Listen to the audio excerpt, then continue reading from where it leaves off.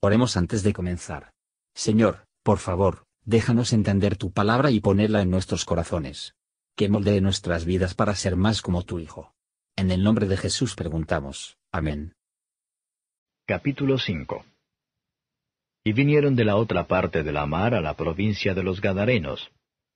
Y salido él del barco, luego le salió al encuentro de los sepulcros un hombre con un espíritu inmundo, que tenía domicilio en los sepulcros, y ni aun con cadenas le podía alguien atar, porque muchas veces había sido atado con grillos y cadenas, mas las cadenas habían sido hechas pedazos por él, y los grillos desmenuzados, y nadie le podía domar. Y siempre, de día y de noche, andaba dando voces en los montes y en los sepulcros, e hiriéndose con las piedras. Y como vio a Jesús de lejos, corrió y le adoró. Y clamando a gran voz dijo, ¿Qué tienes conmigo, Jesús, Hijo del Dios Altísimo? Te conjuro por Dios que no me atormentes. Porque le decía, Sal de este hombre, espíritu inmundo. Y le preguntó, ¿Cómo te llamas? Y respondió diciendo, Legión me llamo, porque somos muchos. Y le rogaba mucho que no le enviase fuera de aquella provincia. Y estaba allí cerca del monte una grande manada de puercos paciendo. Y le rogaron todos los demonios diciendo, Envíanos a los puercos para que entremos en ellos. Y luego Jesús se lo permitió. Y saliendo aquellos espíritus inmundos, entraron en los puercos, y la manada cayó por un despeñadero en la mar, los cuales eran como 2000, y en la mar se ahogaron. Y los que apacentaban los puercos huyeron, y dieron aviso en la ciudad y en los campos. Y salieron para ver qué era aquello que había acontecido. Y vienen a Jesús, y ven al que había sido atormentado del demonio, y que había tenido la legión, sentado y vestido y en su juicio cabal, y tuvieron miedo. Y les contaron los que lo habían visto, cómo había acontecido al que había tenido el demonio, y lo de los puercos.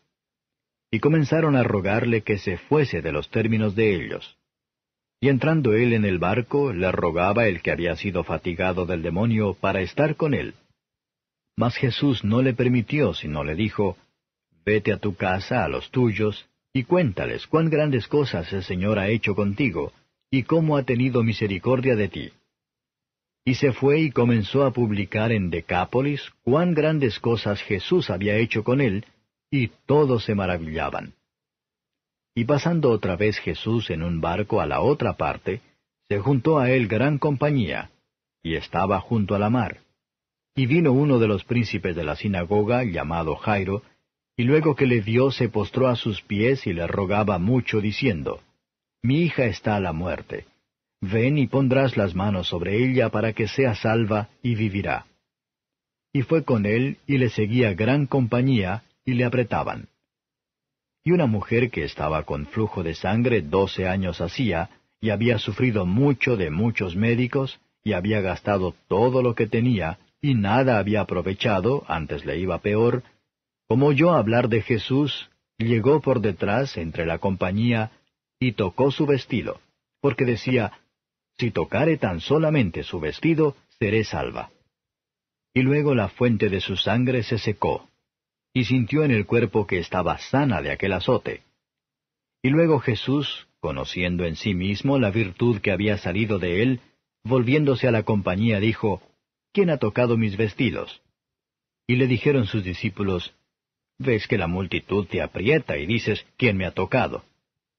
Y él miraba alrededor para ver a la que había hecho esto. Entonces la mujer, temiendo y temblando, sabiendo lo que en sí había sido hecho, vino y se postró delante de él, y le dijo toda la verdad. Y él le dijo, Hija, tu fe te ha hecho salva. Ve en paz, y queda sana de tu azote.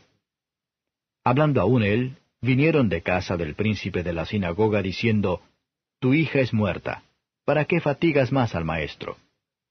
Mas luego Jesús, oyendo esta razón que se decía, dijo al príncipe de la sinagoga, No temas, cree solamente. Y no permitió que alguno viniese tras él, sino Pedro y Jacobo y Juan, hermano de Jacobo. Y vino a casa del príncipe de la sinagoga, y vio el alboroto, los que lloraban y gemían mucho. Y entrando les dice, ¿por qué alborotáis y lloráis? La muchacha no es muerta, mas duerme. Y hacían burla de él, mas él, echados fuera todos, toma al padre y a la madre de la muchacha, y a los que estaban con él, y entra donde la muchacha estaba. Y tomando la mano de la muchacha le dice, Talita cumi, que es, si lo interpretares, muchacha, a ti digo, levántate. Y luego la muchacha se levantó y andaba, porque tenía 12 años. Y se espantaron de grande espanto.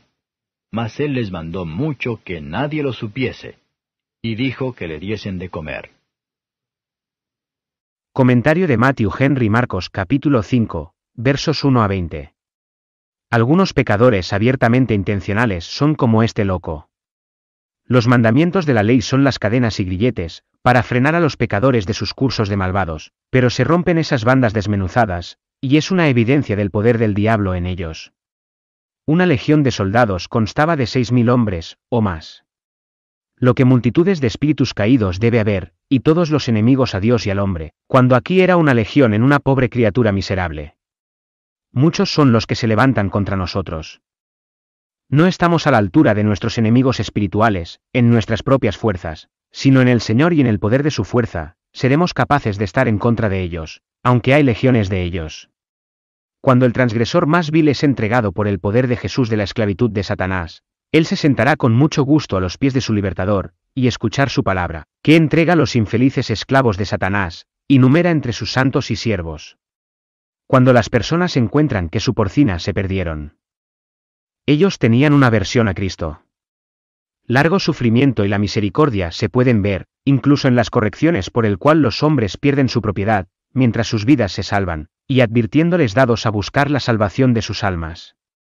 El hombre con alegría proclamó cuán grandes cosas Jesús había hecho por él. Todos los hombres se maravillaron, pero pocos le siguieron. Muchos de los que no puede sino maravillarse de las obras de Cristo, y sin embargo no lo hacen. Como deberían, maravilla tras él, versos 21 a 34. Un evangelio despreciado irá donde será mejor recibido. Uno de los principales de la sinagoga rogaron fervientemente Cristo para una pequeña hija, de unos 12 años, que se estaba muriendo. Otro cura había sido hecha por el camino. Debemos hacer el bien, no solo cuando está en la casa, pero cuando caminamos por el camino. Deuteronomio 6 verso 7. Esto es común con la gente que no se aplican a Cristo hasta que han intentado en vano todos los demás ayudantes. Y los encuentran, como sin duda lo harán, médicos nulos. Algunos corren para diversiones y alegre compañía, otros se hunden en los negocios, o incluso en la intemperancia, otros van procurando establecer la suya propia, o se atormentan por vanas supersticiones. Muchos perecen de esta manera, pero ninguno jamás encontrarán descanso para el alma por este tipo de dispositivos, mientras que aquellos a los que Cristo se cura de la enfermedad del pecado, a encontrar en sí mismas un cambio completo para mejor. Como actos secretos del pecado, por los hechos secretos de la fe, se sabe que el Señor Jesús. La mujer le dijo toda la verdad. Es la voluntad de Cristo que su pueblo consolación, y Él tiene poder para mandar a la comodidad a los espíritus con problemas. La manera más simple que dependemos de Él, y esperamos grandes cosas de Él, más nos encontraremos en nosotros mismos que Él ha venido a ser nuestra salvación. Los que, por la fe, son sanados de sus enfermedades espirituales, tienen razón para ir en paz.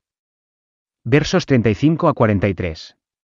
Podemos suponer Jairo dudando si debía pedirle a Cristo que seguir o no, cuando le dijeron que su hija había muerto. Pero, no tenemos tanta ocasión para que la gracia de Dios, y el consuelo de su Espíritu, por las oraciones de nuestros ministros y amigos cristianos, cuando la muerte está en la casa, ya que cuando la enfermedad está ahí. La fe es el único remedio contra la tristeza y el miedo en un momento así. Cree la resurrección, entonces no temer. Levantó al niño muerto a la vida por una palabra de poder.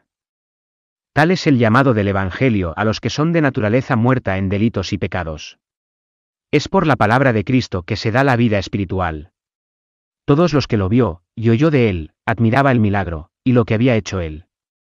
Aunque ahora no podemos esperar que nuestros hijos muertos o familiares restaurados, podemos esperar encontrar confort en nuestras pruebas. Gracias por escuchar.